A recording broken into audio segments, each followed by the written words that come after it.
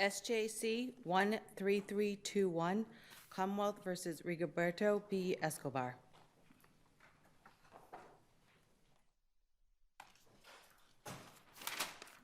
Okay, Attorney Baylor, whenever you're ready. Good morning. May it please the court, Jeffrey Baylor for Rigoberto Escobar. First off, here we contend that Mr. Escobar's motion to suppress his statement to police should have been allowed. We contend that it can't be said here that based on the police tactics and the other factors present here, that Mr. Escobar was not deprived of an autonomous decision to confess. And without showing that beyond a reasonable doubt, then the motion to suppress should have been allowed.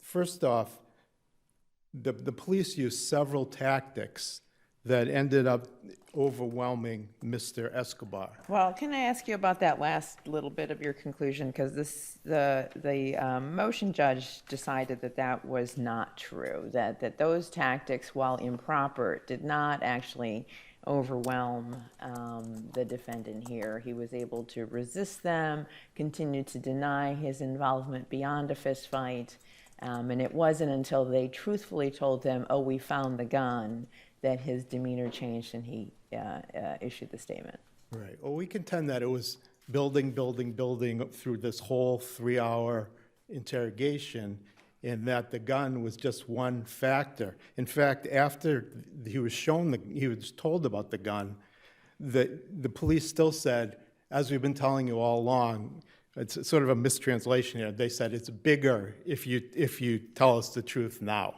meaning it's better you tell us the truth. And then finally, he just adopted what they said. You were together, you went down the street, you pulled out the gun, and he just said, yes, yes, yes. So we contend that, I mean, it has to be beyond a reasonable doubt. So there's all these things, building, and then he's finally given the gun, and he's already like prepared to, to think that this is going to be his best option, so that he was overwhelmed. For example, they repeatedly told him that this is his only chance to speak. They didn't do you're not going to get to tell the jury, this is basically your only time to speak to us, essentially. Yeah, they never said it's your. Close to that, right? They're careful. They don't walk into you're not going to get to tell a jury another story. You're not, they're couching it in their interactions with them, aren't they? I don't feel that's so. I mean, they just keep repeating, say, this is your only chance to speak. This is your only time you're going to be able to tell your story. They never say to us. And what's the implication if they're not saying to us, but meaning this is the only time forever, meaning court or any time. And even at one point they do say, if you don't talk to us right now, the judge is not going to hear your side of the story. So I think it's pretty clear that they're not talking about this is your only time to talk to us. Like in the Novo case that's cited in both our briefs, I believe, that they do say this is your only chance to talk to us. And that's different than what they're saying here. They're saying this is your only chance to talk. And then at one point they related that the judge is not going to hear. So clearly they're not talking about us. They're talking about ever. They're talking about going to the jury, going to trial, or ever. Also, they keep saying that they can't help him unless he talks. And over again, we want to help you, but we can't help you unless you tell us what happened now. And again, this relates to leniency, or, I mean, what would be the implication of someone saying we can help you other than a lesser sentence or a lesser offense? If we agreed with you and the confession should be not considered, would there still be enough evidence of his guilt? I mean, I think this is by far the strongest evidence. There is other evidence, but not a huge amount. People saw them fighting and leaving the scene, and him being shot. But he testified at trial that he was there, but he went home. But he left the gun in the house. So the implication could have been that someone else from the house took the gun. So But his fingerprint was on the gun, right? his fingerprint was on the gun.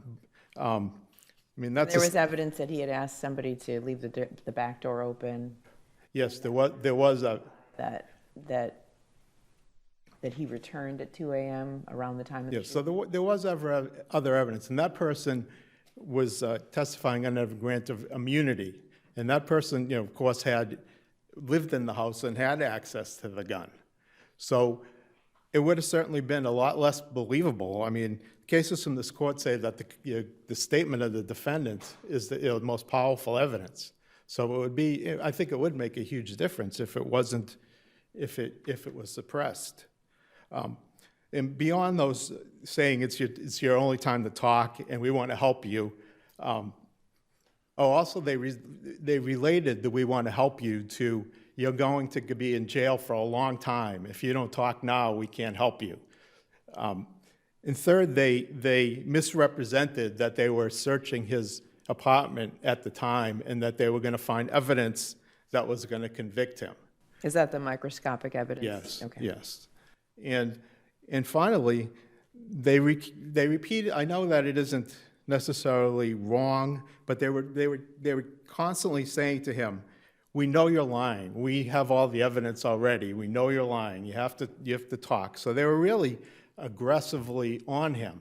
And then finally, so he's first he starts out, I wasn't there, and then he starts out, all right, I was there. So he's like they're like moving him along, and then they introduce the gun, and there he goes. He thinks this is my best option. They said it's better if I talk, so he talks.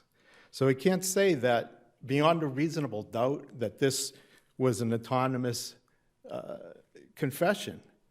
And additionally, there's the circumstances of this whole night.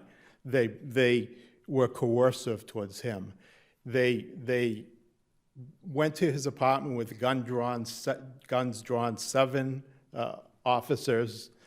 The motion judge found that he acceded to police coercion in going to the station, and that then he was at the station for 3 hours without the interrogation beginning. And the motion judge found that if a person felt they were free to leave, they wouldn't have stayed there for the 3 hours. And then they had this lengthy interrogation. He's not an English speaker. There was an interpreter who was an officer and 2 other officers in the room. As you can see, that the translation of the Miranda warnings, the person who translated what occurred at the interrogation wrote it was awkward Spanish. And without going through every detail of it, there was a lot of words that were just wrong, like they called it the defensive rights. So all of this was just building, and then finally he adopts their statement, thinking this is I can't speak English. These Miranda warnings were vague, and the police are pressuring me, telling me it's going to be best for me if I just admit it. So he thinks, well, what am I going to do? Whether it's, he did it or not, it's his best option. Which part of Miranda was missing? There's just like misstatements throughout. I can't say that, like, let's see, for example, instead of having, you can say you have a right to a lawyer, it says you can have present. But there's a right to a lawyer is in the sentence before it, right? Yes, and then it just says you can have present. And then it says if you cannot hire a lawyer and wants one. And then there's these 2 words, guardier and contesteur. Well, that's just a problem with AR versus ER verbs. I mean, I think a native Spanish speaker would have understood those. Okay, yeah. I didn't personally understand, and they weren't, for some reason, they weren't translated. Well, because they're AR verbs and they were said in ER, but I Okay. don't think that would have caused a trip up on the. Okay, so I mean, I think the point is that all this was going on, and So tell me about the prompt arraignment. I mean, I know that was not preserved, but Yes. it does seem here that there was more than 6 hours before Yes, there finally was. the defendant confessed. he didn't confess until after the 6 hours were up. If you start counting from the 9:30 when they went to his apartment with guns drawn and took him to the station. This also falls in with the right to a telephone call argument, too. He was not told that he had a right to a call until the time of booking after this whole thing was over. And even though the telephone rights were written on the Miranda warnings that were read to him, they weren't read to him, and he was told not to read that part. So do we count differently based upon not free to leave for Miranda custodial purposes and formal arrest when the clock starts? Do we count different for the, When does the clock start? Does it start when you're not free to leave for custodial purposes? well, in the, Versus you are now formally under arrest after you confessed? yeah, I mean, in the Hampton case cited in my brief, the court cites a three-part test: actual or constructive seizure or detention of the person; 2, with intention to effect an arrest; 3, so understood by the person detained. So it's not saying it's booking, it's when these things come into play. Otherwise, police... Formal arrest, right? There is a difference between custodial interrogation and formal arrest. There is, but that's the standard for a formal arrest. So it's not like really you're under arrest, you're formally arrested, but when these conditions are satisfied, then a formal arrest occurs. I mean, otherwise, police could always put off... With condition 2, where we have Officer Cashman, I think, believing that it was not his intent to arrest the defendant until he had the confession. Well, And the motion judge crediting that. I don't recall the motion judge crediting that, but I believe you. It's not as much, I mean, you have to look at the objectively look at the circumstances of what was happening and was there an effect to arrest, regardless of what the police will always say, we weren't going to arrest him, so we weren't going to, we didn't need to give him his phone rights or prompt arraignment.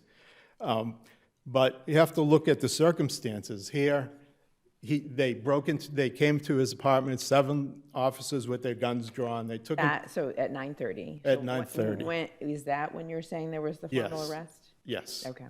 And then they took him At to that point, they expressly tell him he doesn't have to come with them. Right, but if we look at the findings of the motion judge said that he was acting subject to police coercion, and he acquiesced to police authority. So they might have said something, but it was like, we're saying this, but you're coming with us. I mean, all through the interrogation, they kept saying, we know what happened, just tell us. Well, if they knew what happened, they weren't going to, they were going to arrest him. They weren't going to just let him go. Once they had the gun, they knew what happened. Maybe not before the gun. Well, they said it repeatedly before the gun. Right. But again, trickery is not usually enough, right? But what I'm saying is that if they knew, if they knew what happened, he was going to be Before we lose you, arrested. could you address, tell me in the light most favorable to you, which is the standard, why you do get the voluntary manslaughter instruction? Yeah, based on his statement to the police. Right. And other witnesses that testified at trial, that this fight occurred starting in the house, going outside. Some of the witnesses said that the decedent was the first one to throw a punch. Yeah, but if there's a break in the action, it loses the suddenness on provocation. Isn't there a break in the action? No.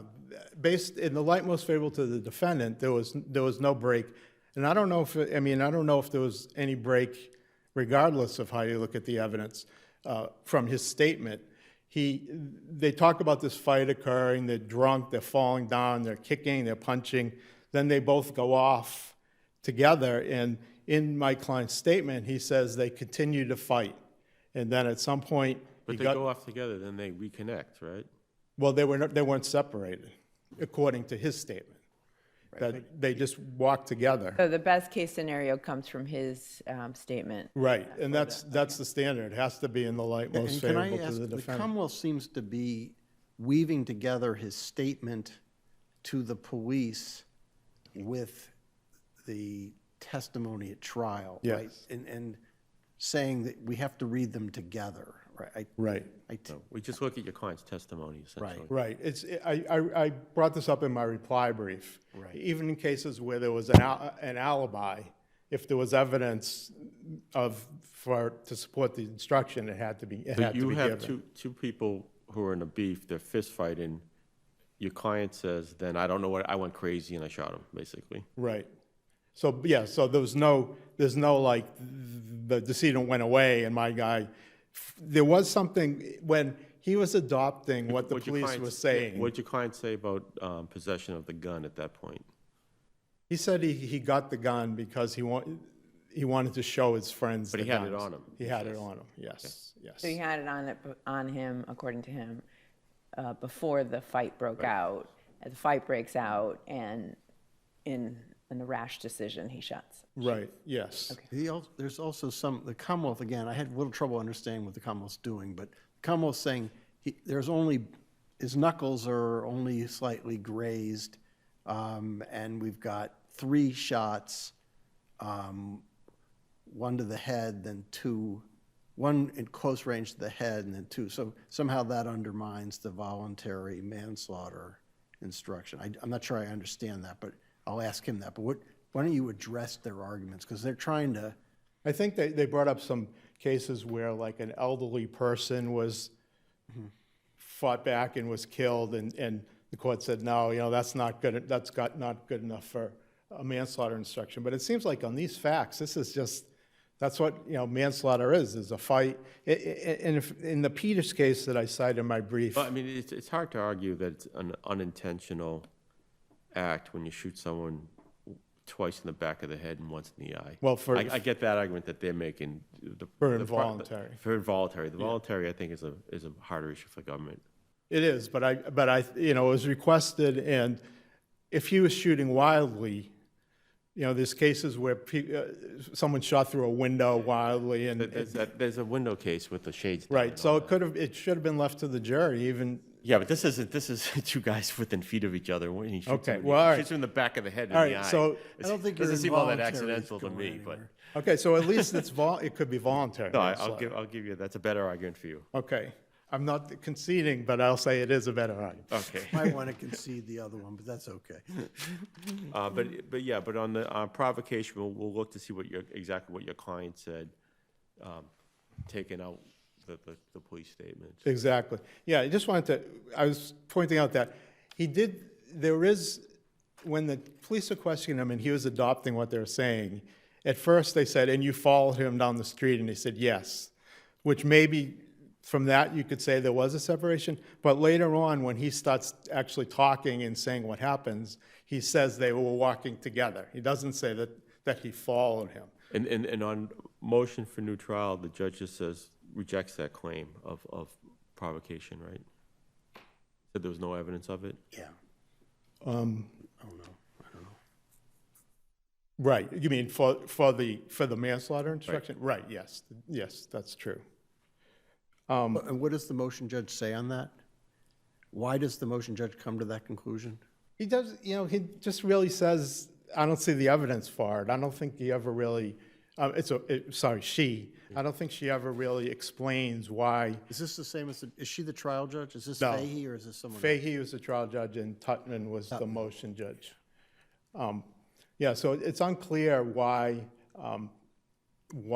it wasn't given. It just was, I don't see evidence. I think that, in fact, the trial judge was much more interested in giving an involuntary manslaughter instruction based on the actions and the intoxication of my client, and sort of just dismissed the voluntary murder instruction as being,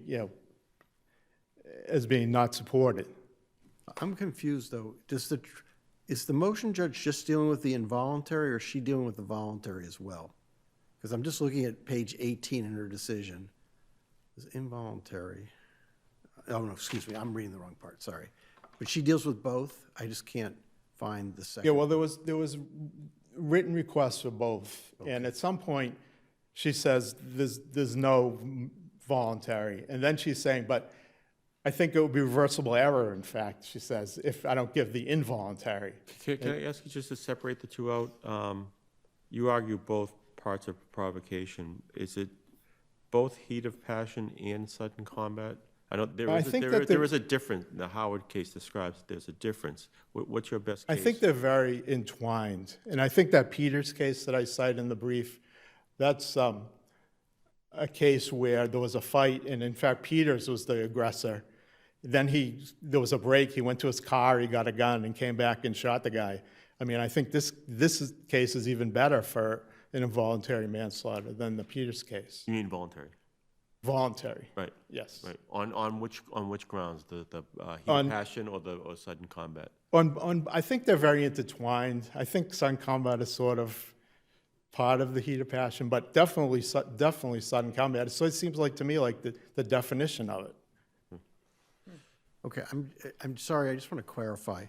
Tutman issues a decision on the voluntary, involuntary, or she just deal with the motion to suppress? He just dealt with the motion to suppress. So we don't have anybody but Fahey, the trial judge, analyzing the voluntary manslaughter instruction? Right. Okay, that's what I thought. Okay, I see my time's up. If there's nothing further. Thank you. Thank you. Okay, Attorney Lee.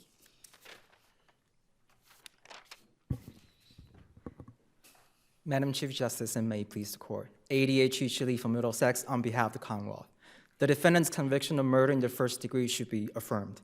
In the early morning hours on January 17, 2015, the defendant shot and killed the victim, Magno Sosa. When was the defendant formally arrested for purposes of the prompt arraignment and/or the telephone rights? The defendant was formally arrested after the interview when he was booked. There's a difference between someone in custody for Miranda purpose, when someone is under constructive arrest, which is the three-prong test, and when someone is formally arrested when the police announced arrest. In this case, the defendant was formally arrested after he was interviewed and booked. I agree with counsel. But so after interviewing and booked, so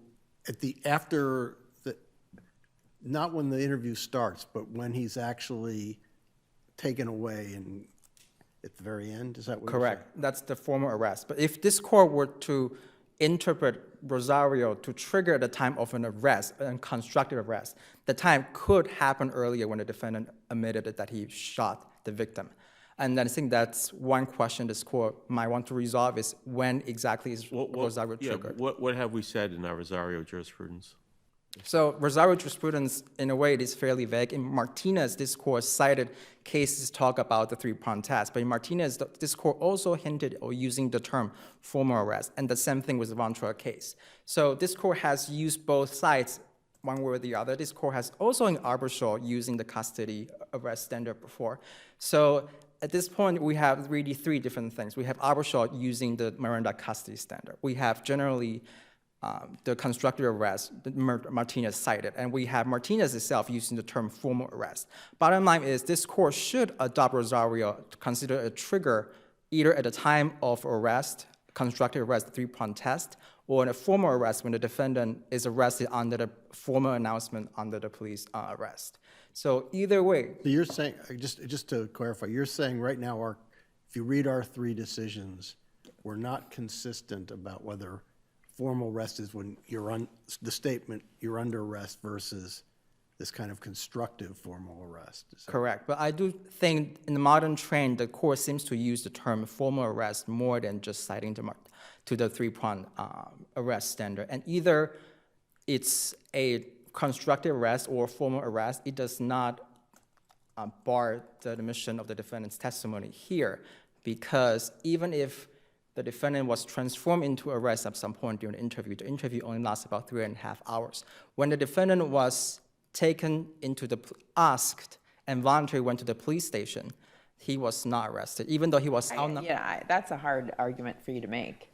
you know, I'm in bed at 9:30, and I'm being folksy here, at 9:30, and 7 police officers come in, guns a-blazing, and say, hey, do you want to come with us for questioning? You're suggesting that he voluntarily went? I agree with the motion judge that. He was the- in custody. Correct. Right. But the problem is, if we use the constructive arrest test, the second and third prong, or at least the second prong, would not be met, which is the officer has to have the But intent. custody is different from formal arrest. That, our Correct. case law is clear, right? Correct.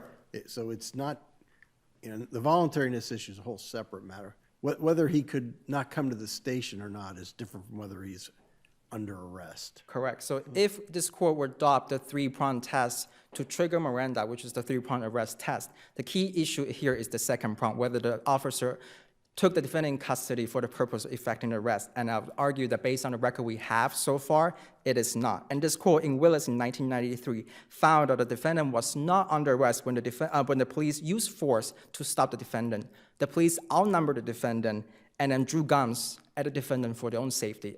This case is more similar to Willis, where the police went to the house, draw their guns for safety, and outnumber the defendant, but ask him to voluntarily go to the police station. The defendant agrees. So whichever standard you adopt in this case, either a three-prong test or formal arrest, Rosario would not apply in this case.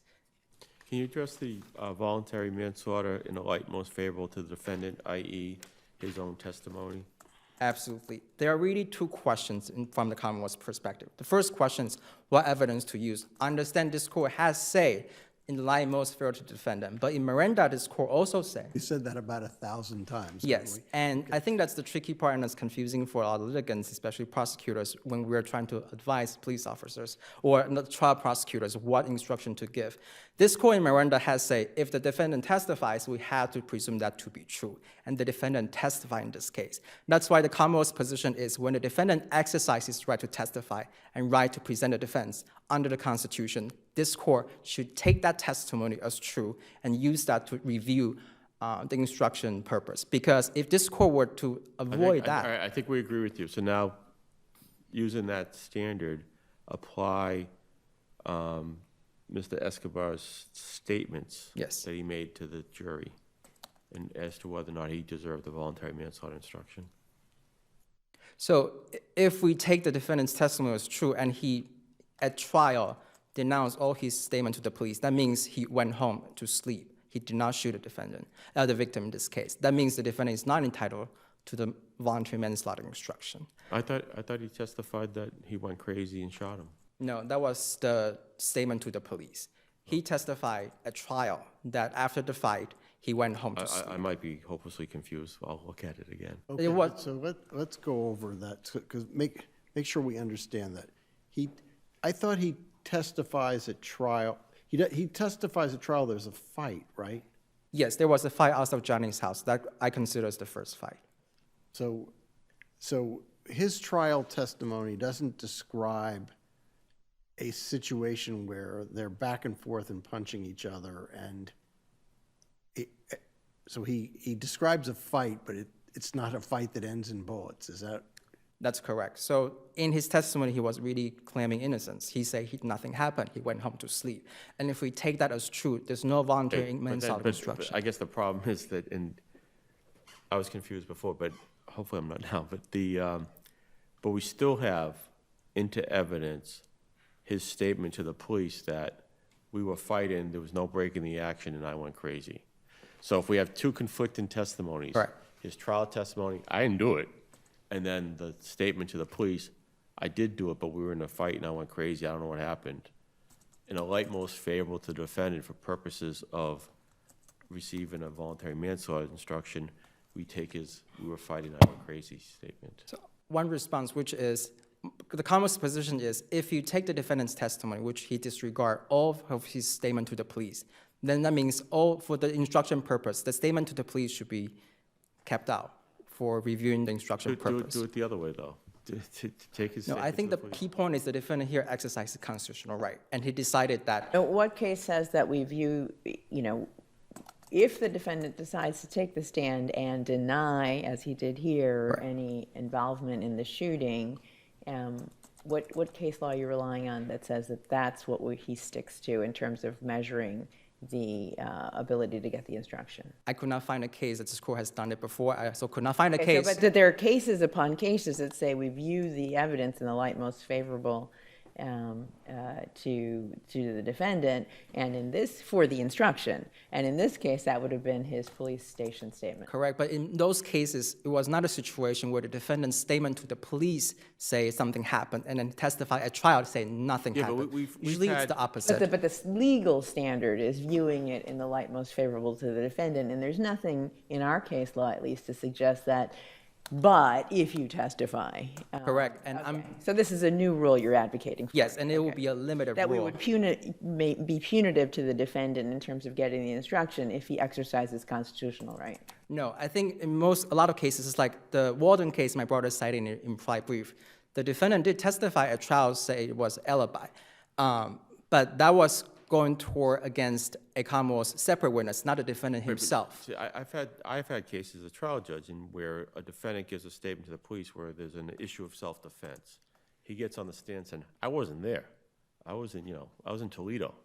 And then you say to the defendant, I'm going to instruct on self-defense because it's raised by the evidence. And then you ask the defendant, do you want it?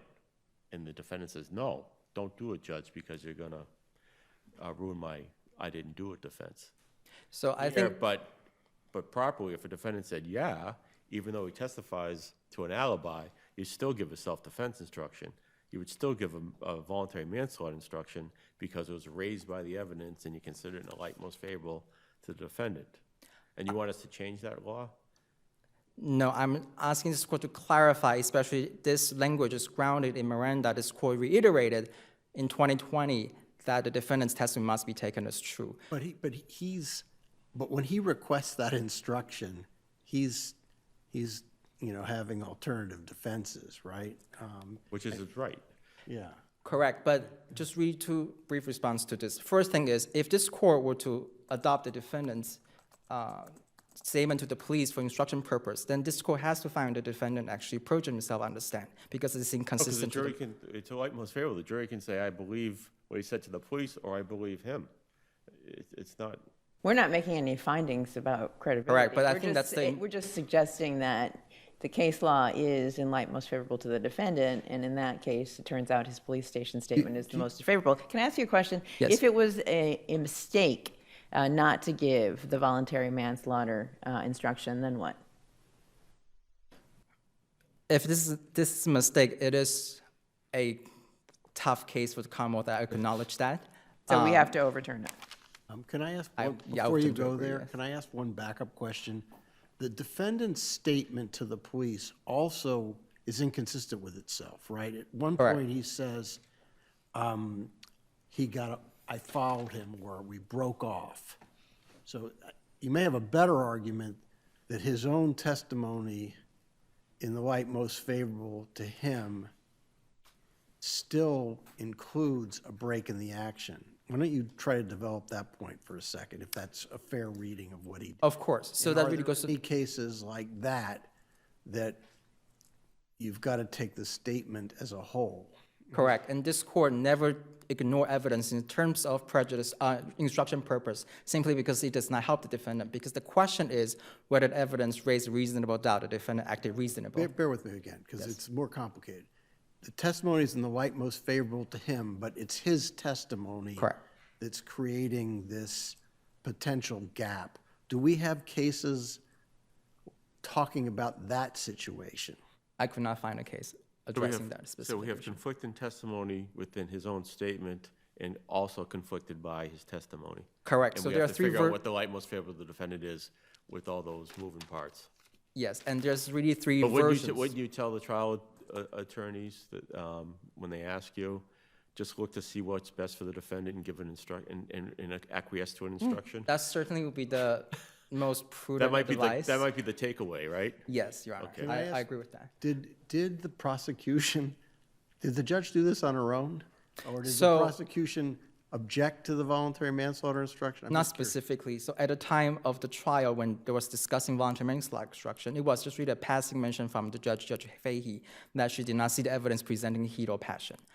And there's a reason why voluntary manslaughter instruction was not given. There's a reason why there was no She at one specific point instruction. says, I think I got to do this. Does the Commonwealth then object to her giving the voluntary manslaughter, or do they just sort of let her make this call by That herself? was involuntary manslaughter instruction. She was commenting on she believed she should give it based on the case law. She understood it at So the she time. didn't do this on the voluntary manslaughter as well? No, she did not. What was the Commonwealth's position on involuntary manslaughter? On voluntary manslaughter, I'm sorry, I misspoke.